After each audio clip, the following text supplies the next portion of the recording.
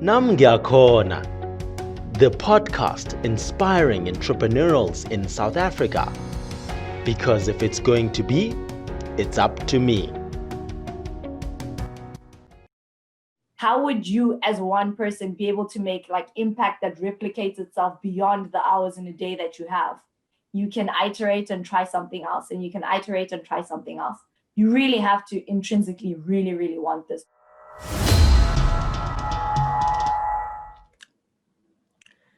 Nazo, ladies and gents, we're back again to Ngiyakhona podcast, where we know that if something is going to be, it is up to me. And I'm very excited to have the guest that we have for you today.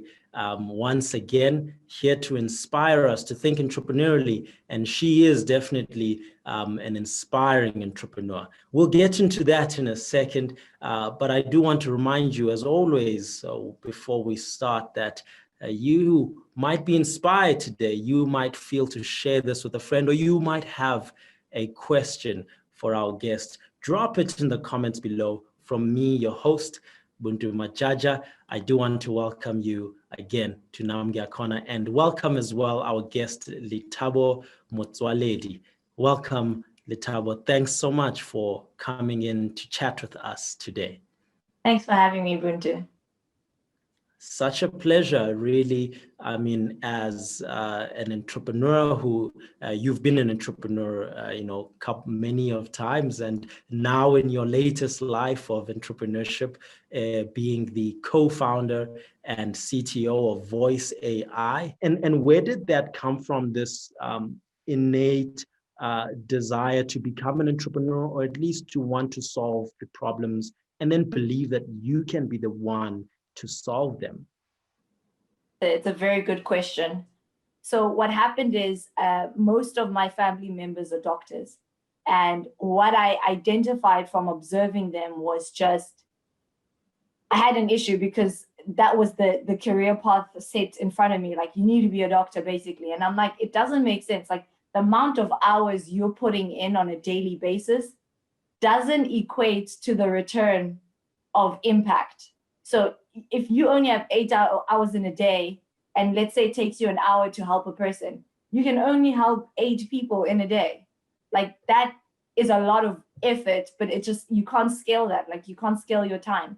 So I kept thinking of ways in which, how would you as one person be able to make impact that replicates itself beyond the hours in a day that you have? And that's typically, businesses. If you build something, you create something, you only have to labor through it once, and then it can be replicated across, So all of a sudden, if you are using technology or some sort of application, instead of helping one person an hour, you can be helping 100 people an hour, and you still only have 8 hours in a day. So that's how I kept seeing the world. And unfortunately, or fortunately, I think when I was 16, I read Richard Branson's book. I think it's called Screw It, Let's Do It. So that's the book. I read that one, and I loved everything that happened in this book. In fact, I don't even remember all the businesses he actually started. What impacted me was he saw a problem and he wanted to solve it. And he's like, I'm going to start something that solves that problem. And as soon as he solved it, he moved on. And I'm like, that's what I want to do. I mean, you don't have to work in that industry forever. You kind of just see a problem, solve it, move on. And still, I didn't have the words to articulate what it was, except I want to be like Richard Branson. Because there's no one around me that is like him. There's no one around, in at least back then, that I could see examples that, like Richard Branson's, he just builds businesses and he moves on and that kind of thing. You know what? The first problem you come across, you can start a business and you can solve it. And if it doesn't work, you can iterate and try something else, and you can iterate and try something else. And having that mindset meant that, I think in varsity, I started 2 companies. They never went too far, but post-varsity, there were 3, Voice being the 3rd one, but together with my co-founder. So it was always a try something. If it fails, move on and try something else. It's not a failure. It's you learned what didn't work. And then you take that learning into your next enterprise or into your next problem. So Yeah. You're saying entrepreneurship for you is really about impact. Really what you're trying to do is solve and serve as many people as possible.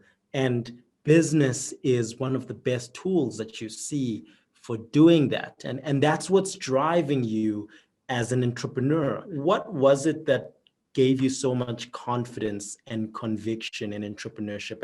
And what was the internal motivator for you? Because you mentioned impact. Why is it important to have impact? Why is that a driving point for your businesses and your problem solving? So much so that even in high school, you were confident about it.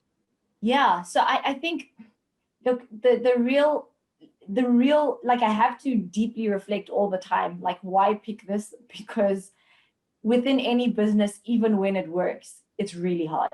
It's always very hard because there isn't a set path to success. There isn't once you finish here, here's the next step, and here's your promotion, and here's this. So you're always constantly fighting against the grain and working to chart your own thing. So you really have to intrinsically really, really want this, because you really become, once you go the entrepreneurial route, you become the master of your own destiny. There's no set course of progression and all of that. So it has to be a deep conviction to what you want, and then to what you really feel is the right thing to do inside. Then the impact is, I've always believed that, as from a very young age, and I guess I'll share to the stories. Every time I went to go visit my grandmother, whom I miss very much. Actually, I'm going to visit her. I can't wait. She lives in a rural area, not too far from where I grew up in Polokwane. I had friends there who I loved spending time with, and I obviously only got to see them during the holidays. But I just could not understand, what upset me was, even at a young age, I remember having these thoughts at around 12, 13. I knew that my trajectory in life is going to be vastly different to my friends in my grandmother's area because of the difference in the lives and that we have. Not because I am smarter, not because I am better in any way. In fact, we are exactly the same. But I grew up in a city where there's more opportunities. My family might be a little bit more financially proficient than them, and our trajectories are going to be essentially very different. Our paths to success are going to be different. And I found that a very difficult one thing to accept. But I also then thought to myself, if I ever become successful, whatever the definition of success is, it would not be success if the people around me also don't benefit from whatever success looks like. If my friends don't get lifted up with me as I get lifted up, then I don't believe that I was successful. And that's, I think, where the deep drive for impact came from, because everyone around me is, a part of me. They're a part of the process. So whatever I do, success is defined by how much I'm impacting them. If their lives are made 100% better, then that is the definition of success.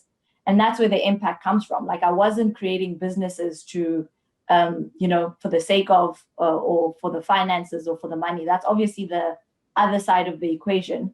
But the reason is because I see a problem that impacts people around me that I want to solve. And success is them having that problem solved. That is my definition of success, which is actually an impact. Like, I'm actually having an impact on the people I see because I saw the problem that they had, and I felt like I had a good skill set to be able to solve it. And so I solve it, and I then impact them, and not just them, but anyone else who's in their shoes and has the same type of, context or issue. So that's essentially how I looked at it. Powerful, Lethabo. Thanks so much. Love the points there around. Firstly, shout out to Gogo for inspiring us all the time and raising many of us. But also how, for you were inspired by inequality, and how, impact for you and success for you is actually defined on others as well succeeding, and other people's problems being solved, and that then translate to you in a way that you can do it at scale, or solving as many people's problems at the same time through entrepreneurship, and being entrepreneurial. You heard it here first, Uti. If you want to pursue something that you believe in and you don't know what that is, it doesn't exist in the university application form. It doesn't mean that it won't be there 10 years from now and you can't be one of the successful people in it. So thanks so much, Lethabo, for inspiring us on your journey, sharing your words of wisdom and how you think through problem solving and impact.